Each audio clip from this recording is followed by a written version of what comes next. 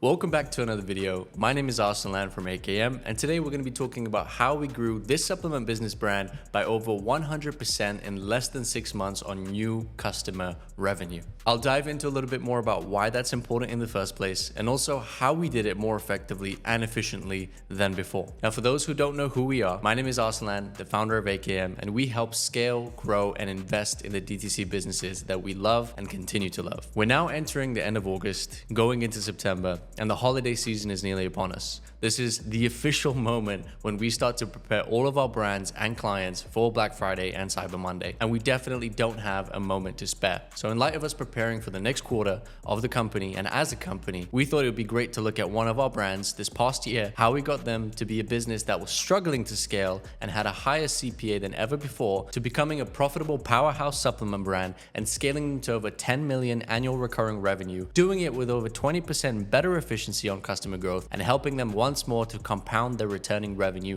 and build up month-on-month growth since starting with them. I'm also going to have one of our senior media buyers, TG, chime in later in this video to discuss more about what we did on Meta, why we did it, how we did it, and hopefully to any supplement brand founders out there or those aspiring to be one, you can get a glimpse of what you may be able to do in preparation for Q4. So without further ado, let's dive into the technicals. Now, the first thing is first. When we first came across this brand in late January 24 of this year, they were not in the best spot for a few reasons. Now, firstly, their CPA was just way too high for new customer acquisition, meaning that they would not be able to increase their spending on acquisition because it would only get worse. Now, the second thing was that new customer revenue had been dipping for the past 6 months, even during Q4, and their business was basically held afloat by the amazing LTV and returning revenue they had as a company, which is great, but it also means that their pool size of customers was slowly shrinking. Thirdly, they had a lot of ad spend that just simply wasn't effective and was not adding any incremental value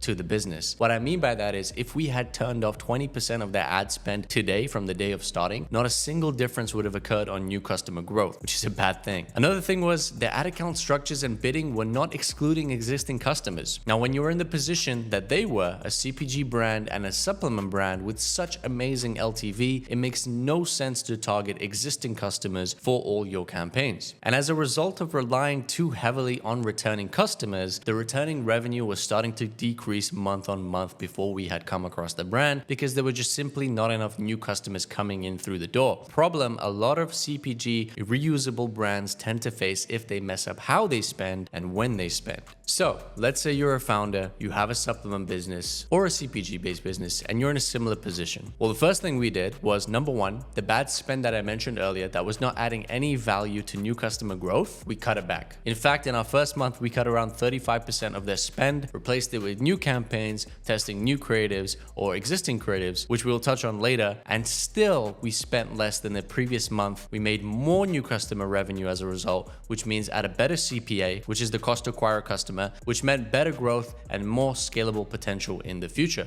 which is exactly what then happened. The second thing we did was we immediately segmented returning customers and existing customers out of our cold approach campaigns, meaning that we do not, and you should not, want to be targeting people that already exist as your current customers, at least not within your peak LTV cycles. Now, what I mean by this is pretty simple. Now, this brand has an extremely high 60 and 90-day LTV. 39% of their customers would return in a 60-day window and return to buy from the brand as a result of either running out of the product or loving it so much that they had to buy more. And after 90 days, that becomes a whopping and insane 49%, meaning that almost half the customers that we acquire and pay for today come back within 90 days and buy something else. Now, that cohort is free and pure profit. Now, I don't want to be wasting my ad spend dollars, and you shouldn't either, knowing that you have that kind of LTV and returning customer base. If after the 90th day or 100th day, I know that most of those customers would come back and have already come back and then stopped buying eventually, only then does it become somewhat acceptable for me to start paying for ads to try acquire them again. Which is exactly why, for this brand particularly, we actually set up a 180-day exclusion in place, meaning for 6 months, anybody who had bought would not be served an ad that we were trying to acquire on cold customers again, because the brand had such a high LTV, and it honestly doesn't make any sense for us to spend to acquire customers who have already bought from us in the past 6 months. Now, if your brand, for example, has a different LTV, a lower LTV, you might want want to do 90 days, 100 days, just as an example. If you want to check what your 60-day LTV is, what your 90-day LTV is, and so forth, try out the app Lifetimely on Shopify. It's completely free. It has a free trial, and you can very quickly understand your lifetime data there accurately. Now, the third thing that we did after setting this up and ensuring that our window of exclusion made sense based on the brand's and client's LTV is then better ad structures for testing. Now, this brand already spent most of its ad dollars on Meta. So we knew that Meta was still one of the best places for us to really ramp up spending and acquire new customer growth. Now, the first thing we did here was we completely scrapped one-day view attribution from the Meta account. If you're familiar with attribution windows, you will understand that one-day view attribution is mostly fake or sampled attribution. It does not and rarely ever does hold any actual incremental value on your ad campaigns. Now, on Meta, you have the option to view your ROAS and your return on ad spend by one-day click, 7-day click, and 1-day view attribution. So what we did here was we removed all of the view through attribution altogether and started to launch new campaigns only with 7-day click or 1-day click in mind when making decisions. Meaning this was now attributed data from people who had actually clicked on the ads that we were serving, and they were a lot more incremental and accurate than view through attribution. If you do want to learn more on Meta's attribution windows, we've also attached a link below in the description for you to read more on that topic. It's incredibly interesting and definitely something to consider in your Meta strategy when you go forth and spend money. Now, the fourth thing that we did was we got to work and started to launch campaigns in better structures, optimized to help us identify what actually drove new customer growth and which creative helped us to achieve that. When it came to the creative, this was probably the biggest turnaround that we had for this business. Now, when we go back to 2023 September to 2024 January, the average click-through rate on ads sat around 1.1% on unique outbound click-through rate. When we go to the last 5 months, it's now sitting at an average of 2.98%, almost triple where it used to be as a result of a simple methodology that we follow across every business and brand, whether they're clients of ours or whether we own those brands ourselves. Now, I'll be honest, this video is by no means a creative guide or a walkthrough video. We've actually done another video on that, so if you are interested, you can go ahead and click the link up there to watch that before you continue this one. So I won't dive into that too much in this video. But for every brand, our creative strategy is formed on the same base principles, and it all starts with figuring out what brand value propositions the brand has. And what I mean by that is what value does your brand or your products solve for the customer. Each brand typically has 4 to 10 that you can very quickly identify. And once we've done that, we can then create video, UGC, split screen videos, and all these fancy other ad formats after that. And lastly is the ad format. How many different ways can we present this message and angle in an ad? A UGC ad, an image ad, a before and after, a split screen, an AI ad, a screen share ad, and so forth. There are over 100 ad formats. And again, if you want to learn more on this, we actually have a separate video just for creatives over on our YouTube channel, which may be exactly what your brand needs to leverage right now. Now, as a result of doing this process, we managed to identify new winners, almost triple our click-through rate on ads, and as a result, spend more, make more, and scale more. For the next part of the video, I'll pass on the next few minutes to one of our senior media buyers, TG, who will go over a little bit more on our meta structure, what we did differently, and then how we managed to scale up spend by over 75% this year alone, spending over £1 million or GBP for this account to bring in 109% more new revenue and improve efficiency by over 17% on our paid ads at the same time, whilst maintaining month-on-month growth from February till now August 2024. So for the next few minutes, if you're still watching, go ahead and enjoy TG's breakdown on Meta and how we did what we did. All right, thank you so much, Arslan, and welcome to everyone watching. I am very stoked to be touching base on this brand right now before we get busy with all the Q4 activity. Now, one thing is very important is the fact that what we did for this brand in 2024 is going to be the same thing we're going to be doing in Q4 really. What we'll be changing is just the message, the creatives, the offer to actually fit that particular season.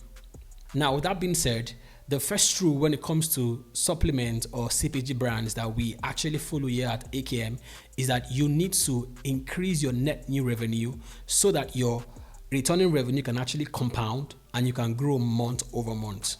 Now, just like Aslan already mentioned, what we actually look out for as very critical or important as a founder in the supplement space is that if you're not stacking and increasing net new revenue, or at least maintaining it, your overall revenue over time will drop, and that happens when your lifetime value, your LTV, begins to dip. Now, with that out of the way, let's look deeper into this brand this year and compare that with what they did in the previous month, which actually includes Q4. Now, looking at the overall revenue, spending, and MER for this brand, it doesn't really look at all that impressive. I mean, you could see that revenue only increased by 20%, while we see spend increase by 7%, and MER, which is your revenue divided by spend, went down by 30%. However, if you look at this year's graph since February, you'd observe that this brand has actually grown month over month. And why is that? This goes back to the first principle for brands like this. You need to stack your new revenue so that you can actually grow your returning revenue on the long run. So now let's dive a little deeper into this brand before we actually look at the meta side of things. Overall, when we break down the overall performance for this brand, this is where it actually gets very interesting, as you begin to get the idea of what happened and why we were able to drive much more profit than we ever did for this brand. Now, if you look at returning revenue, you can see that it stayed almost the same way during this particular period. Yeah, we could see some increase here and there, but nothing actually too crazy. Overall, if you're looking at the revenue increase, you'll see that we had about 11% increase compared to like the 5 months prior. However, look at the new revenue and what exactly happened here. You'd observe that we had a 109% increase in 5 months to new revenue, would actually beat that of Q4. We had about 94% increase in new orders and about 55% increase in the average order value for new orders. This is actually a very better efficiency for overall CPA, and all this scale was done at a better efficiency than before. We actually improved by 19%. Now, for those thinking that, oh, the AMER or the ROAS is low, you need to understand that this is actually an LTV based business. They can actually afford to scale at a 0.8 or a 0.9 for new customers, because that same number eventually can turn into a 2.5 when day 30 actually arrives. Now, in this case, the business already had such a great LTV that they could even afford to go as low as 0.7% and still be fine scaling profits. Now, if I'm going to summarize this, I'll say that this business and the entire team were happy with the rate of growth that they were actually having month over month. Now, one thing to also notice that the AOV actually doubled for new customer growth. And this is because what we did for them was to craft a new offer just for the ads. And we used that offer, we drove traffic to a very high AOV bundle that actually made more sense and had much more value for new customers. This was really very easy, as we used them to actually incentivize our customers further.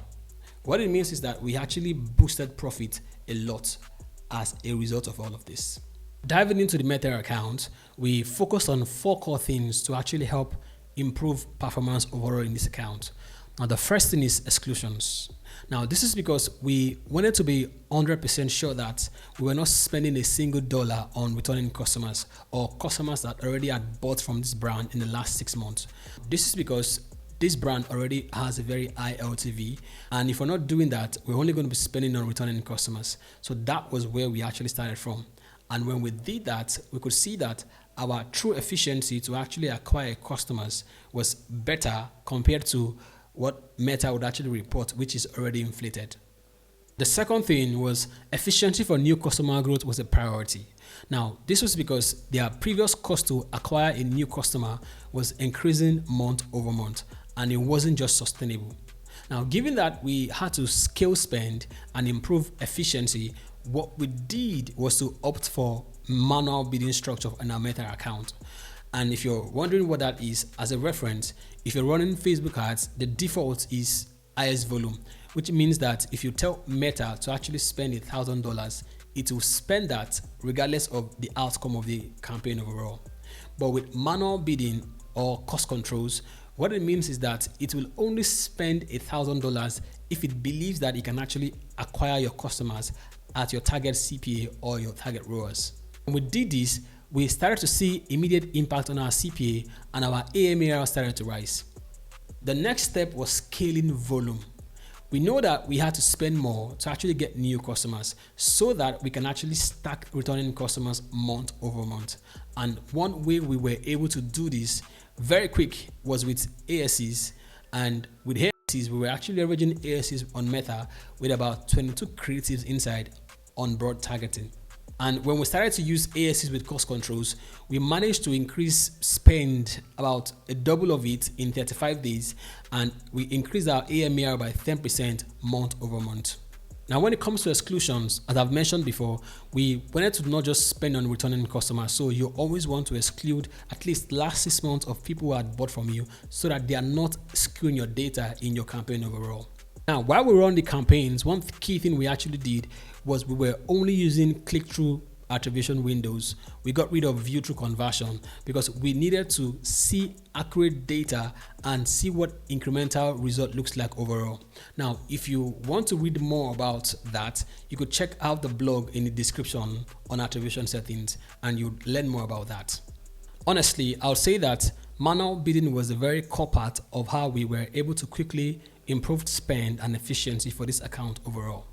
And while we're using this, we played around with different ROAS goal, conversion value goal, until we found a sweet spot on Meta, and we ensured that we were hitting the right backend CPA for the brand that was actually profitable and made sense based on their unit economics and profit margins. Now, with manual biddings, there are various formats of cost controls. There are different ways you can actually run them. There is ROAS bidding, there is the CPA conversion bidding, and there is even IS value bidding. Now, my advice for brands or people running ads with cost controls is try as much as possible to try all the available feature to get the best value and see what actually works for your account and your performance overall. What also worked in addition to the manual bidding was the ASCs, because at the time we were running this account, it was about February to like June or so, and Meta was still pushing ASCs very well for different accounts. So what we did was we took advantage of this opportunity. Now, I would say that recently we've seen a decline in performance with ASCs in the last 2 months, but overall, I would say that they were a really good part of how we were able to actually scale this brand and spend much more at the efficiency that we actually need. So what we did was to combine our ASCs campaign with the best manual bid that we found to be winners, and combining both of them was very easy as it gave us the best result that we need. If you already run ASCs or if you're new to it, it is mostly Facebook automations taking advantage of all the targeting and the likes. So it was always broad audience. So what we did with the ASCs was to take the best winners, creatives really in the last 90 days, and we began testing them in the account overall. So we take all the winners and then we launched in ASC campaigns with those winners. And this was actually how we were able to scale the account overall. And trust me, this actually still works incredibly well. And lastly, what we did to scale this brand effectively was creative and data. The truth is there is no use of testing ads or creatives if you're not going to use the data and the learnings you actually get from it. Now, when you test ads, some ads will immediately win and some ads will require you to tweak them and then change some things to get the best result from them. Now, it is really all part of the process. So you need to understand your data to understand how your ad is performing and what needs to be tweaked. So when we look at our ad metrics, we look at thumbs up ratio, we look at hold rate, we look at our outbound click-through rates to see how this data tells a story. Now, when you look at all of this, it becomes very easy to understand how your ad is performing, and you will not miss key aspects on what's making your creative failed and what needs to be tweaked to get your creative to actually perform well. So because we understood the data, we were able to make easy iterations while we were using the learnings to build much more new messaging angles that had performed well in the account overall. This was how we were able to scale with creatives. Now, one thing people do when they test ads on Facebook is they get too attached to their testing process. When you test, you don't need to get attached to your process really. If it is working, great. But if your ads is not working, don't spend time or budget on things that will not work because you are emotionally attached to those assets or the idea.